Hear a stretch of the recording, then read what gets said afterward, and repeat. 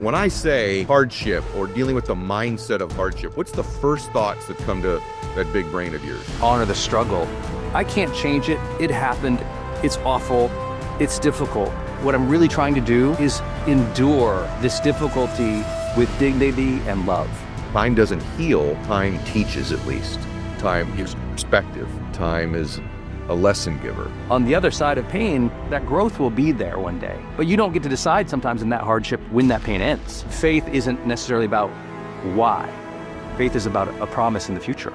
My first rule for people is to realize, don't wait for doubt to end before you get back in the ring. Doubt is the thought, it is not the directive. My mission, my aim, my ambition, my calling, my focus in that moment supersedes the doubt. When you give in to doubt every time, you're slowly dying. Every time you surrender, it's a death. The good news is, you could be born again at any time. I really do believe 30% of people are going to lose their job in the next 12 to 18 months. The last time that happened was the Great Depression. Competency, that's how you deal with fear. Learn the thing, know the thing, try the thing, get familiar with the thing, and then it's not so scary. The most important meeting of your career is going on. If you come in late, you're going to be terrified inside. Get excited, people. Like, this is a really exciting time, no matter what your thoughts or concepts are. Instead of bemoaning the meeting, prepare for the meeting. I'm doing something 99 out of 100 won't do. And that's why I'm going to get something 99 out of 100 aren't going to get.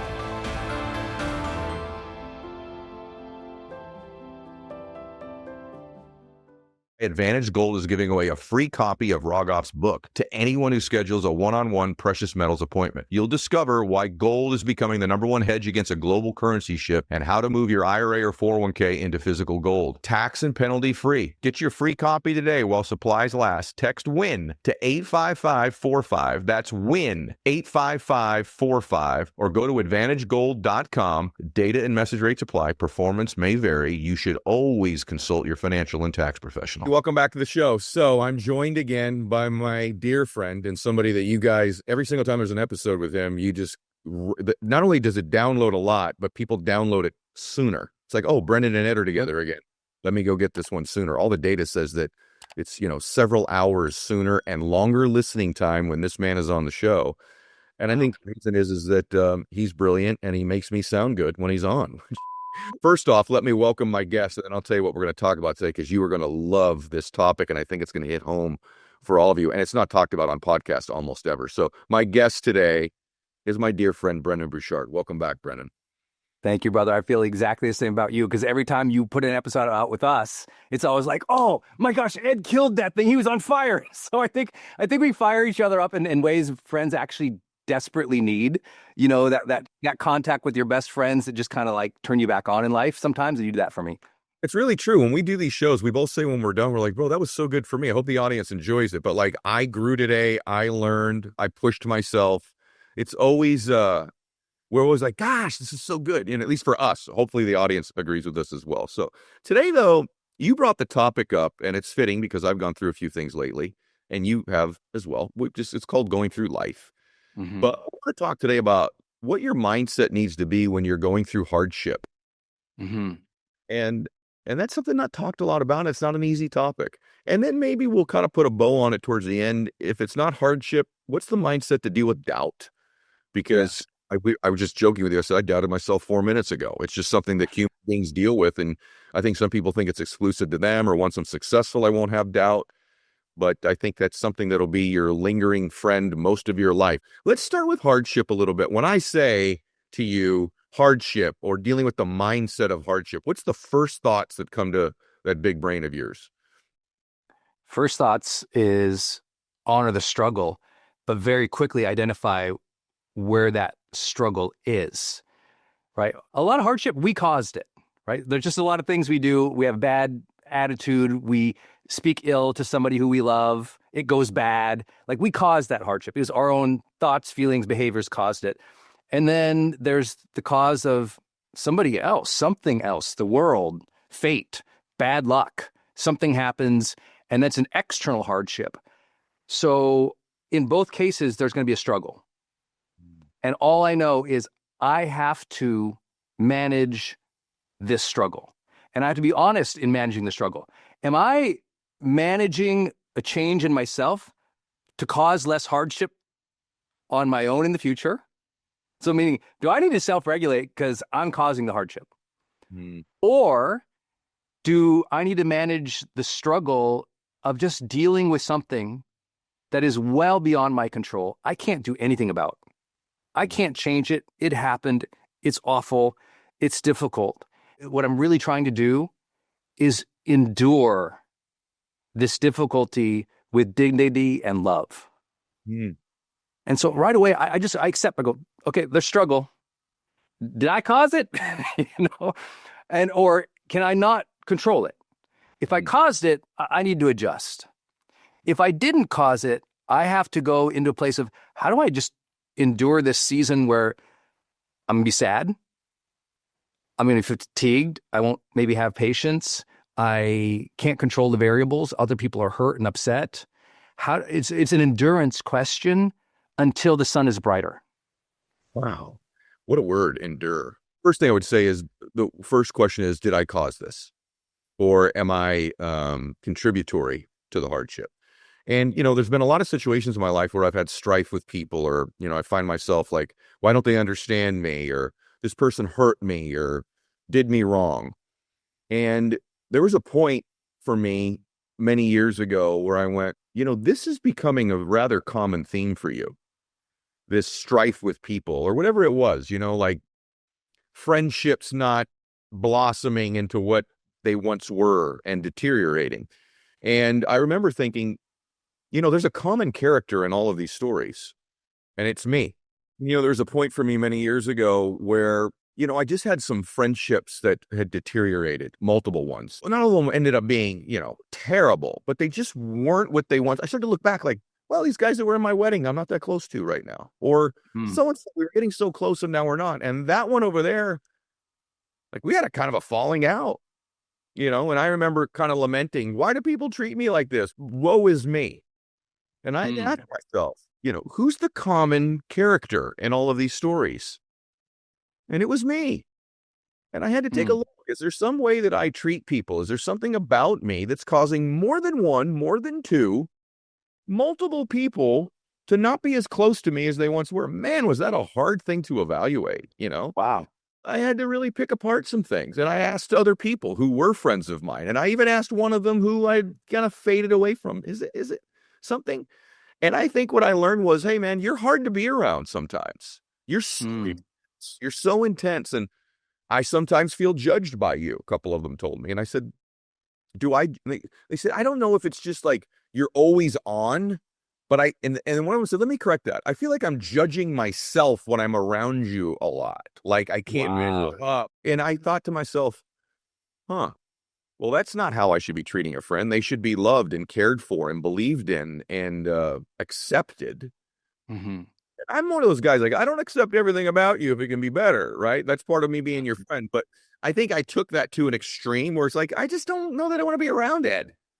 They felt judged, or they felt like they would judge themselves. It's hard to be around higher standards, too. It is. But you could take it to a point, I think, where I was taking it, and I'm being honest now, looking back on it, where I just wasn't fun to be around. Like, it's too much of it, like, it just wasn't fun. It wasn't light enough.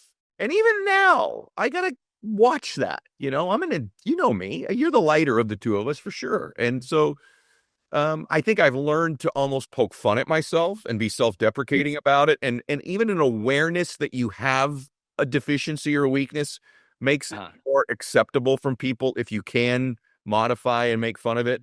That's different. Being abusive is not, the fact, if I'm aware I'm abusive, that doesn't excuse it. You know what I mean? Yeah. And you also grew up in sports, and you were an athlete.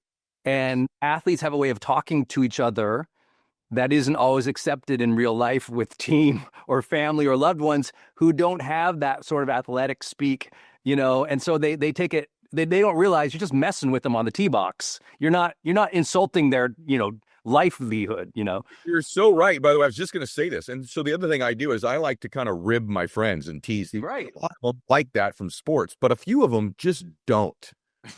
I told a story in the podcast not that long ago at your event. Recall? Where my friend, oh yes, I ribbed him a little bit. To me, that's a sign of that tells the crowd and other people these two dudes are close. That's right. And you and I even do it with each other, and we understand it. But in that case, John's been transparent about it on my show as well. Like, he didn't care for it and didn't want to admit it. He kept telling me, no, it didn't bother me at all. It didn't bother me at all. I finally said, yes, it did. And then it's okay. And he goes, well, it did a little. And I said, listen, John, if what I did hurt you, I apologize and I won't do it again. And it's wrong. And it doesn't matter whether or not it's appropriate that you were put off by it. You're my friend. You were put off by it. End of story. It's not going to happen again. And it hasn't happened again. So there's that, right? Ask yourself. But then there's like sort of this little streak I've been on right now. This is the vulnerable part that I know you know about, and then I'll throw it back to you. But I've had some hardship recently that is nobody's doing. Like, everyone knows from social media, Lily, my Pomeranian, like, we're very, very close with our little pommies, and Lily passed away a few weeks ago. And that was just really hard. I mean, people say that don't love animals or whatever. They're like, it's just a pet. It was more than that. This was a companion of our family for 15 years. And one of the few beings that have ever loved me unconditionally. And that every time I saw her, she made me feel better every single time. And I actually learned a lot about life from Lily, about what really matters, which is in your proximity. Lily did not care how expensive our couch was. She cared that I was sitting on it. All right. Yes, right. Where how big the house was. She cared that I was in it. Beautiful. And then I came home. And then a week or two later, we had to put 2 of our horses down, Lucky and Belle, who have been, anyone who has horses know you get very close to these animals. And so within a very short period of time, a lot of hardship, a lot of grief. And that's one level of grief. And then, as you know, a family member of mine, she gave me permission, but I'm not going to say who it was, but someone very, very close to me lost a baby after the baby was delivered and was living in the last 2 weeks. And so her child passed away. And she held that baby for 8 hours after it passed away. She just wouldn't give it back to the doctors. And that's real hardship. That's real hardship. That's so many levels past what. And that's so, real hard. And I think that's one of those things where you just said you have to endure. And I've also abandoned the desire or necessity to understand it or why.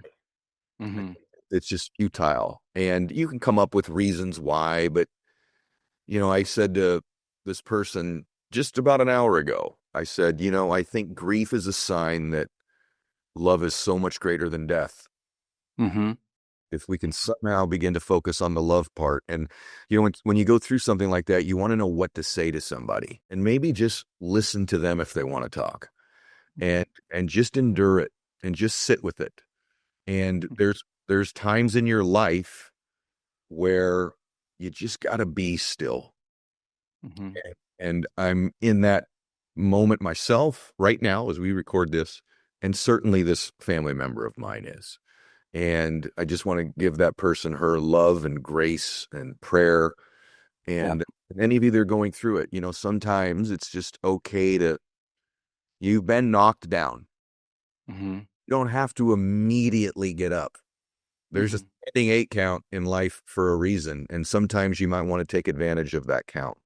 And so I think oftentimes I don't think I have to understand why. I just have to keep going on. And that I do believe time is a healer. Time doesn't heal. Time teaches, at least. Time gives perspective. Time is a lesson giver. And I've said this in a lot of my talks the last 5 years.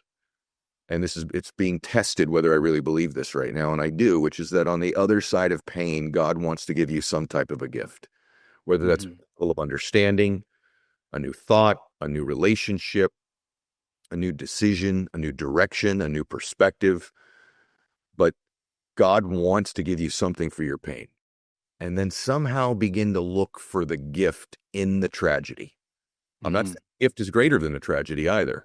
I'm saying there will be a gift. If you look at 9/11, this just horrendously tragic event, there was gifts in that, though.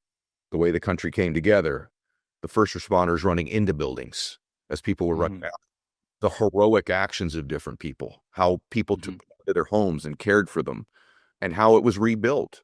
Whatever you believe about that event, that's not what the point is. I'm saying you could take the worst of events and still see the goodness in human beings.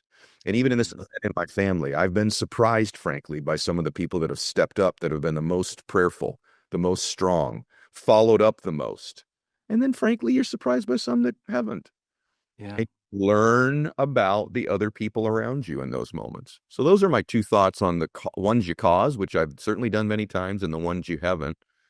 What are your thoughts on what I said, or anything you want to add to that? First, just I'm sure everyone listening is also sending you love and care and prayers, because just going through all of that, it is that hardship you don't know what to do with. And that's the hardest of hardships. You don't know what to do with it. And I often tell a lot of my friends, I'm like, there's nothing to do with it, especially us, right? We are Captain Reframe. You and me make a living of helping people kind of reframe some of their thoughts, or kind of find their strength in, when they are on the mat. Yeah. And then there are some hardships, especially when somebody or something that we love passes away or is taken away or ends. Then we're in this place of like, well, we don't have control. And I always tell people, like, don't rush to reframe it, because everyone's going to go, oh, well, everything's going to be okay. Or they rush to just, because sometimes if you reframe too fast, people can't grieve. And I also think it's less about the reframing, because I love what you said. On the other side of pain, that growth will be there one day. But you don't get to decide sometimes in that hardship when that pain ends. I saw pangs that immobilized me of loss about my dad. And he passed away in 2009. And it'll shut down an afternoon. I'm just done. Like, I didn't think this long I would still have afternoon shutter downers, but it happens. So you don't get to decide when that pain necessarily goes away or goes away forever. The issue is, and I don't need to reframe it every time, because I've reframed that so many times. But what I did learn is maybe it's not time to reframe the thoughts, but it is time to revisit faith a little bit. You can't put your knowing of why, but you can know that there is a forward position, that faith isn't necessarily about why. Faith is about a promise in the future.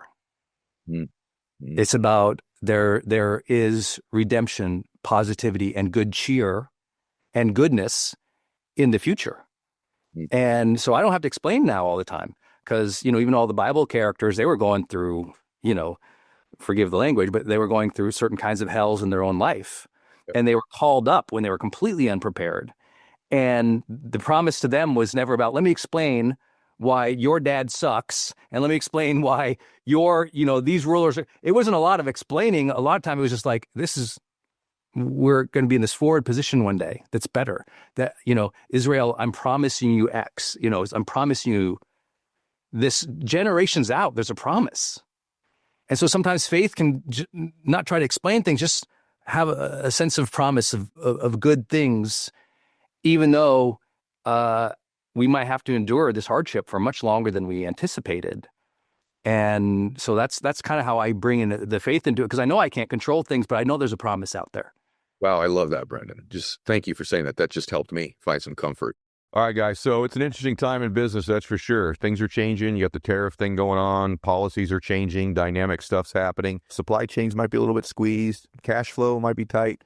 If your business can't adapt in real time, you're in a world of hurt. You need total visibility from whatever you need, global shipments to real-time cash flow reports. NetSuite by Oracle, powered by AI, has a business management suite trusted by over 41,000 businesses. NetSuite's the #1 cloud ERP for many reasons. It brings accounting, financial management, inventory, HR into one suite. So you're not switching program to program, trying to find stuff. It's all in one place. I don't even know what I would do without my NetSuite in our businesses. NetSuite helps you know what's stuck, what's costing you, and how to pivot fast. If your revenues aren't at least in the 7 figures, download the free ebook, Navigating Global Trade. 3 insights for leaders at netsuite.com/Mylett. That's netsuite.com/Mylett. I think what happens eventually, once you're down there on the mat and that promise of the future, eventually, whether that hardship you're suffering or have suffered is the loss of a person, the loss of a relationship, the loss of a job, whatever it is. I think eventually you reach the conclusion, like, for example, with the loss of this child or the loss of your dad or my dad. I eventually reached the conclusion that I'm not honoring my dad anymore by grieving all the time, that I honor my dad by becoming the man that would make him the most proud. I honor my dad by serving other people. At some point, and not right away, you go, I don't honor this person. And if you've lost a relationship where they've harmed you, at some point you're going to wake up and you're going to go, how do I honor myself? This doesn't honor me by laying here this long. This doesn't honor me by not moving. This doesn't honor anything. This doesn't understand the way I was raised, or this doesn't understand who I really am as a being. And so at some point, I think it's honoring you or honoring that person. Like, look at what you've done to honor your dad with the work you do, right? And at some point, I think that becomes an inspiration, knowing, I can tell you something really insightful, that I had a dream the other night about my dad. And pretty vivid. I woke up pretty emotional, and I think this is probably a gift from God and or dad. I said, my dad misses me, but he really misses his grandkids. And I've also know that eternity is so long that we're just here for a flicker. It's a speck of sand in eternity. And so the pain we suffer right now from the loss of this child is one thing, but I actually had this dream, and my dad said to me, he goes, right, I really do miss my grandkids. So it's so beautiful and wonderful to have this one with me. And so, yeah, I know. And I haven't told my family member that yet, because they're not ready to hear that. But it was emotional. My dad was emotional. I could see him holding Cassius. I could see him holding him. And I thought, yeah, we're all suffering right now, but Cassius isn't. And they're celebrating. They're together. And in a flicker, we'll be with them. But it was just a little bit of a reframe, and not anything I was trying to have. It was like a gift that was sent to me. Gift. So if you're going through that type of a trauma, who are you honoring? And if someone's really hurt you in your life, or you've lost a job unfairly, or someone's left you or cheated, at some point you got to honor who you are. And when you're ready to do that, do it. And it may not be this second, but it's coming, and it needs to come. For you to honor you or honor them. But one thing that does happen, you mentioned faith. It's kind of a good segue into doubt. Doubt's the killer of more dreams than anything. I really believe that. And when something like this happens, it can cause you to doubt your faith. So really, hardship and doubt can be connected in many ways. You miss a sales call, that's a hardship, and all of a sudden it causes you to doubt your ability to close anymore. Or if you give a speech that's not so good, and that's a hardship, now you're doubting yourself. Or we've talked about this on the last podcast, you miss a putt that's important to you in a sport, and all of a sudden now you doubt whether you can do it. And sometimes doubt are born out of, we don't even know where they're born of. They're just there. But I think it would surprise people that someone is polished and is smart. Brendon, by the way, you guys, is not only a really great human, he won't tell you this, but he's a very smart person. He's got a very high IQ, and he also works on his intellect. He's a very well-read guy. So I'm going to give you the floor on this. One, do you suffer with it, and what do you do? And then the other thing is, I think you should share what you and I talk about, what you educate me on, which is that, hey, this AI thing, people need to know. So I'll give you the floor on that, because we're talking about it off camera. Like, this needs to be his. He needs to run with this one. All right. Well, thank you, brother. I think that doubt is a little bit like pain we were just talking about, which is it's not always going to end when you want it to end. But the thing about doubt is you are the one perpetuating that. And so my first rule for people is to realize, don't wait for doubt to end before you get back in the ring. If you wait until the doubt ends to start the thing, you'll never start the thing. Or you'll start the thing, the doubt will shock you, and you'll stop the thing. So doubt is a signal to learn and to adjust, not to stop.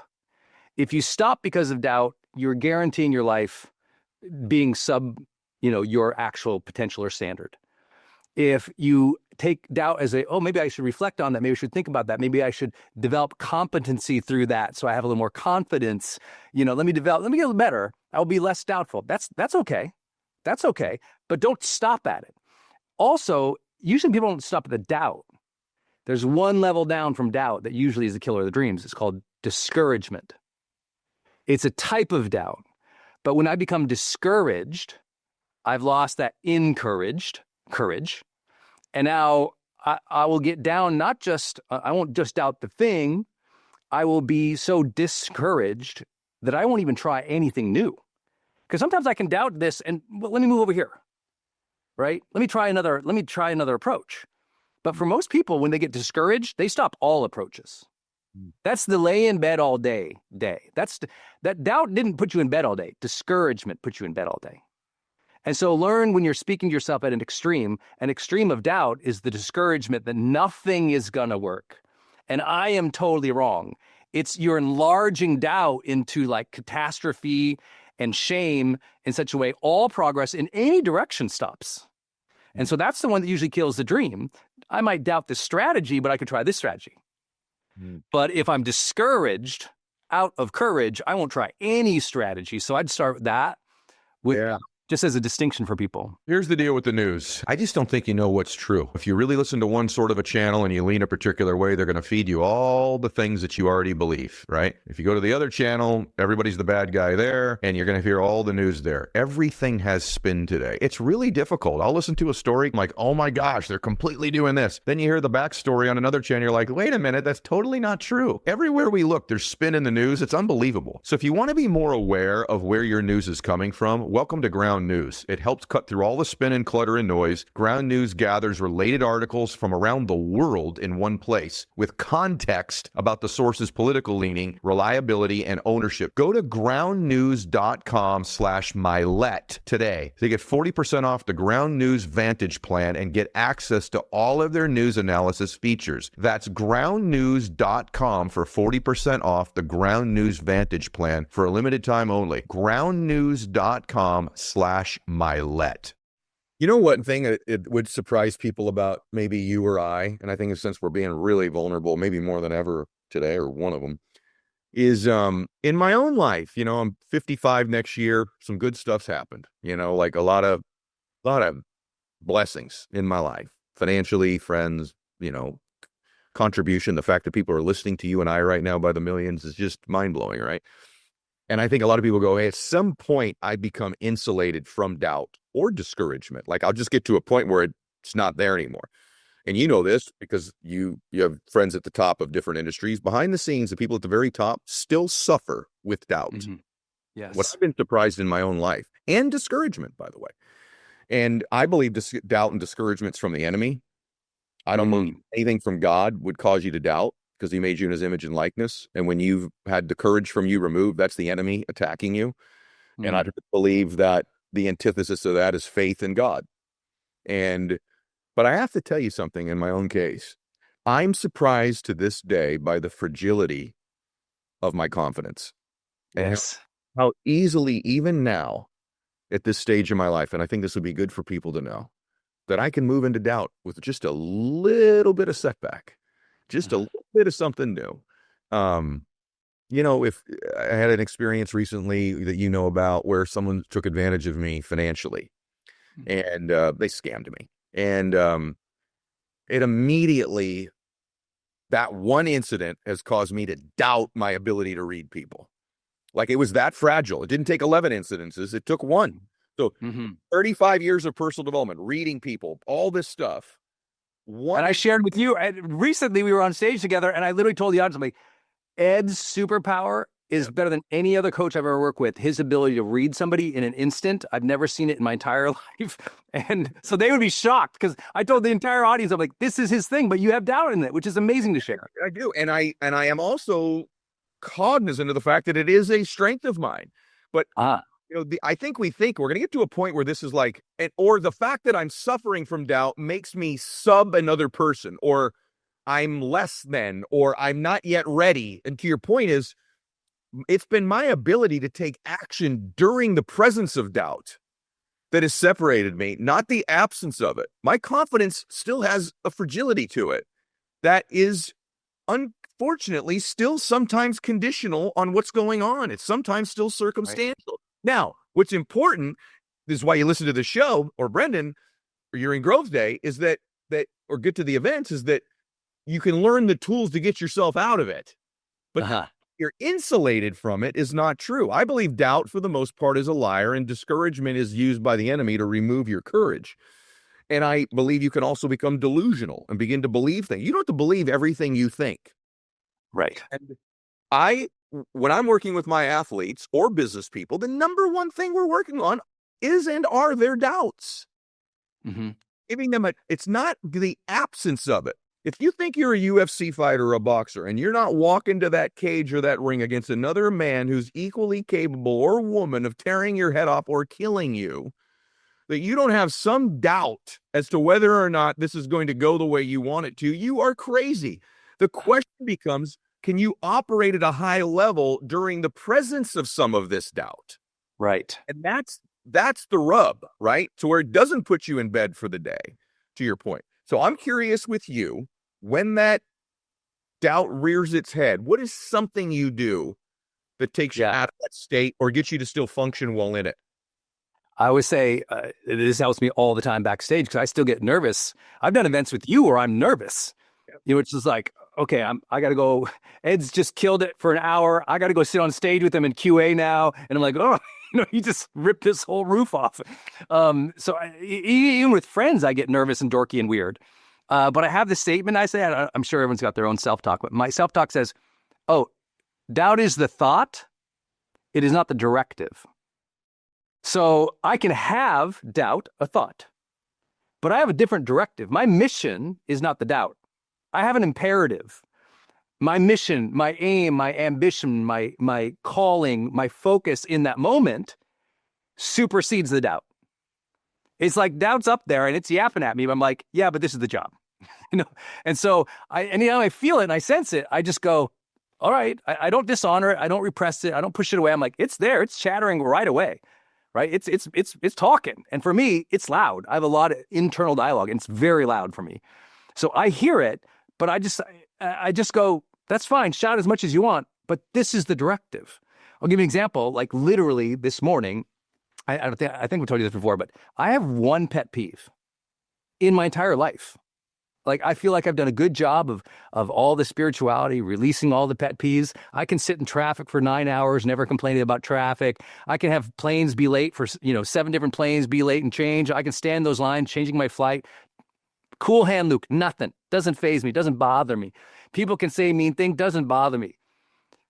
But you put those weed machines and those leaf blowers anywhere near me, and I lose my mind. A leaf blower, I will lose my mind, Ed, like completely. Like my mind will go, wow. The problem is I live on a lot of acres. That noise is there. There's a video behind him in the video if you're like, right off camera is where I work. So inevitably, quite many times throughout the week, this leaf blower goes on, or this weed whacking goes on, or like some huge noise right out, 5 feet away from the window. And my mind will go crazy. And I will still finish the emails, the presentation, the script, the chapter, because that's the mission. The noise is not the mission. The noise is a distraction. The mission is the mission. And so if I tell myself, that's a thought, that's noise, but this is the mission. Directive wins over thought. And that's how you get discipline in your life too. Just like when I wake up, I don't want to work out as much as Ed Mylett does, but I have to tell myself, okay, you don't feel like it. And everything's going, your brain's going, I don't know. I'm really not developing. I really don't feel like doing it. I'm really tired. That's the thoughts. But the directive is shoes on, gym now. And so you have to let the directive wins. And those are conscious directives. And the more you give yourself conscious directives, the more over time you teach yourself to override the doubt. And once you teach yourself to override the doubt, you've got superpowers compared to most people. That's exactly right. Brother, you're exactly right. I believe it becomes habitual to take action during doubt, and it equally becomes habitual to not. Mm-hmm. So shoes on, get up in the gym, for the perfect metaphor.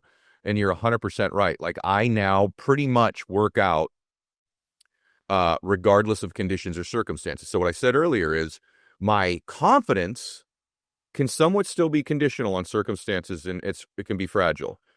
My ability to take action is not. Mm-hmm. You become somebody that is very special and very unique when your actions are not conditional, nor are they circumstantial. And all that is a habit. It becomes habitual one way or the other.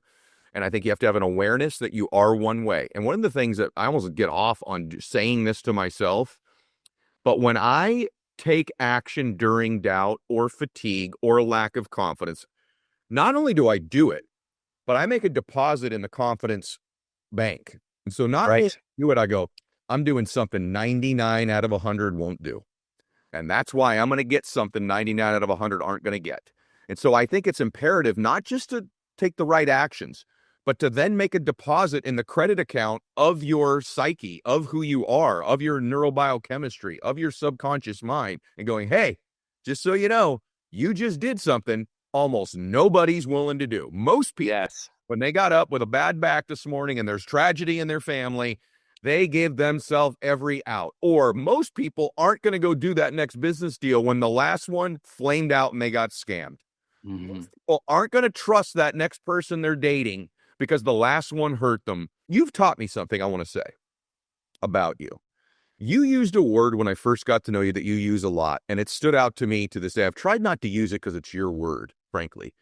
But you use the word aliveness. Aliveness. And you know what I've realized about myself? And I'll give you the last thought on today's topic, but I want to say something to you about how powerful that's been in my life. It's rare when you've been doing this as long as you and I are both doing it, quite frankly, that a new thought really grabs you. I need a lot of that. That aliveness thing, I needed more in my life. Just the richness of an experience. When Brendon has it, we've had some wine together. Brendon doesn't just have wine.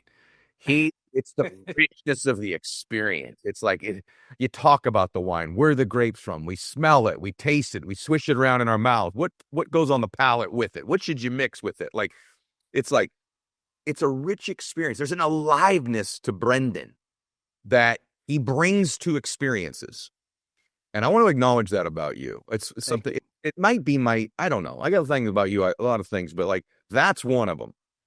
There's aliveness. And so I've thought about that word now for years. And you know what I found out? I'm alive when I take action during doubt, during fear. I feel alive. It's nervous. I got those butterflies. In my first book, I called them those butterfly feelings, like that Friday night feeling if you played high school football or had a softball game or a soccer game or whatever it was. There's those butterflies you get. I think almost all the magic moments in life are preceded by these butterflies, which means there's a little bit of doubt. I almost chase these butterflies now.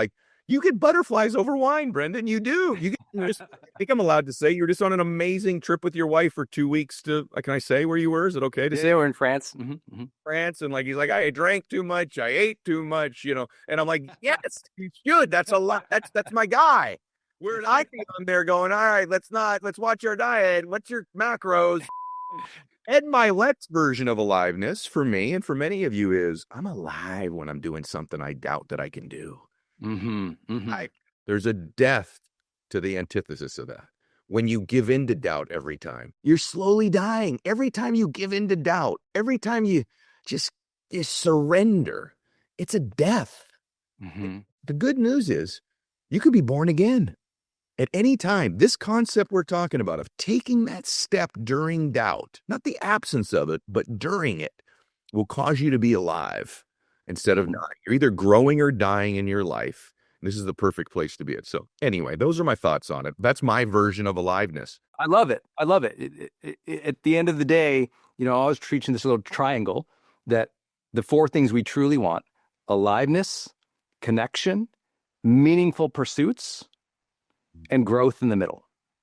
And aliveness it happens in motion.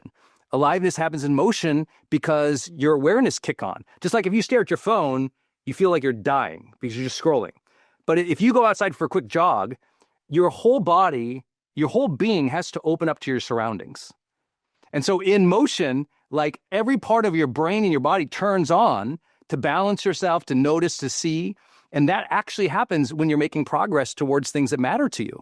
And so if you make progress towards things that matter to you, all of a sudden there's a different sense of vitality.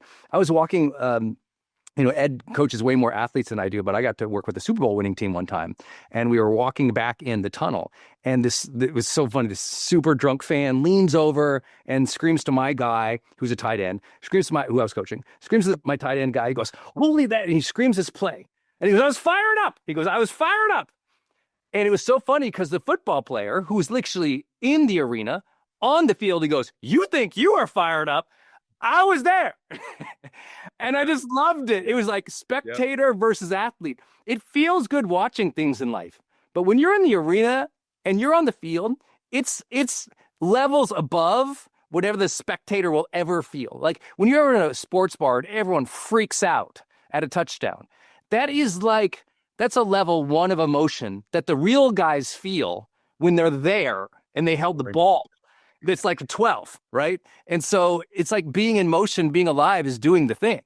And that's why it's so important I love I never thought about that, but in too much doubt and too much delay and too much discouragement and stop, there's that defeat that leads to that feeling of spiritual death because you feel you have been defeated versus I'm alive because I'm still in motion. I love that metaphor. I think that's so important. You and I were talking too about doubt right before we jumped on. I think it's so important just to end with this because it's so real for everybody right now. I want everybody to hear this. Everyone is doubting the future right now related to AI. They're like, they're doubting and delaying. They're already discouraged. They already think I'm going to lose my job or I'm going to do something. I just want to share with everybody, like, you better prepare.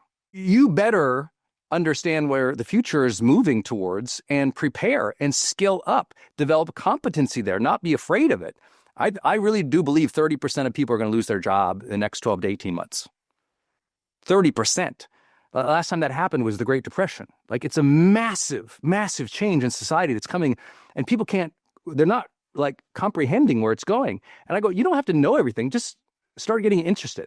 Start following all the leaders of all the big AI companies. Start following their major engineers. Start following their major PR people. Start really understanding, like, what are they saying? What is coming? When is it coming? Why is it coming? Because what we're seeing right now is like a 2 out of a 12. And that 12 is going to be here in 18 to 24 months. And I think people who are still doubting, I'm like, what else do you have to know? You got 100 million people using ChatGPT. Well, maybe one day it'll become a thing. It's like, it grew faster than Facebook. It grew faster than Instagram. Like, what do you need to know? It's here, and you need to use it, leverage it in your workflows, and approach it. I'll end with this quick story. Recently, at least the time we were interviewing this, Tom Cruise was on the sort of the red carpet for debuting one of his movies. And the interviewer, I'm sorry, I forgot what her name was. She asked him, she says, "How do you deal with all this fear? Like, you're doing these stunts. I mean, you must be afraid. How do you deal with fear?" And I loved it. He stopped, he looked at the camera. You love this, Ed. He looks at the camera, he goes, "Competency. That's how you deal with fear. You learn as much as you can about it so that when you have to do the thing, you're less scared. And whatever you feared, you prepared for, so that you can deal with it in the moment. Competency. Develop competency. Learn the thing, know the thing, try the thing, get familiar with the thing, and then it's not so scary. But if you wander in late, it's like wandering in late to a huge meeting, right? A huge meeting. The most important meeting of your career is going on. If you come in late, you're going to be terrified inside. But if you prepare, you show up first. You ask some of the questions. You're participating. Now it's not so scary because that's competence. And so I just feel like people right now get in the game a little bit because this is an area of delay and doubt for so many people when it's so inevitable and already here. They just don't see it, or they're pretending that they don't see it at a time when this can be the very thing that can unlock so much value for you, for your family, for your business, for your team. It's probably the most exciting time since that first decade of the internet. We're there now, except that decade's going to happen in 2 years. And so it's that level of adoption curve is way more exponential, and that development is way more exponential. That I'm just like, get excited, people. Like, this is a really exciting time, no matter what your thoughts or concepts are. Instead of bemoaning the meeting, prepare for the meeting. That was extraordinary. Yeah, get to the meeting early, everybody. Don't wander into the meeting late. And the other thing is, I'm so glad we covered doubt today, because we are now entering a time where you're going to have to function with some level of doubt as the world remakes itself again. And hardship. Right. And hardship. When the world remakes itself, there's more hardship and there's more doubt. And that's the time where you need to get to the meeting early and not lay in bed all day long. So good, brother. By the way, everybody, you want more of this, go to growthday.com/ed and share this episode. This is one for the ages. I love doing this with you, brother. It's just an honor to serve with you. And I wish we did it every day. It's so good. My whole state's different than when we even started today, because this has been a difficult time for my family. So thank you, brother. I love you. You shared earlier about you took aliveness, from something I teach and I do, but I also want to share, I have taken and learned that from you about dedication and family strength. Like, I wish people listening knew how dedicated a man Ed was, not because he has to. If you saw how much he flies around the world to serve people, he doesn't need to do that. He's dedicated to something. And the amount of care and thought that he's put into his parenting, how he leads as a father, how he thinks about his family isn't just like, oh, let me solve it. He thinks generational. He's a dedicated man beyond even just the immediate circumstance. He's a dedicated man to the future. And I've learned that from you because I've seen you have to slog through things. And so when I'm slogging through things, I'm like, man, if I think I'm slogging, Ed is killing it. And I'll just I'll get fired up because I see your dedication win so many times, so many miles, so many places, and it inspires me, brother. So kind, man. You're so sweet. Thank you, Brendon, so much for saying that. See, everybody, it's great. I love you. It's great to have great friends. It's great to have great friends and share great memories and great moments and be fully present with them like we were today. All right, everybody, share today's show. God bless you. Max out.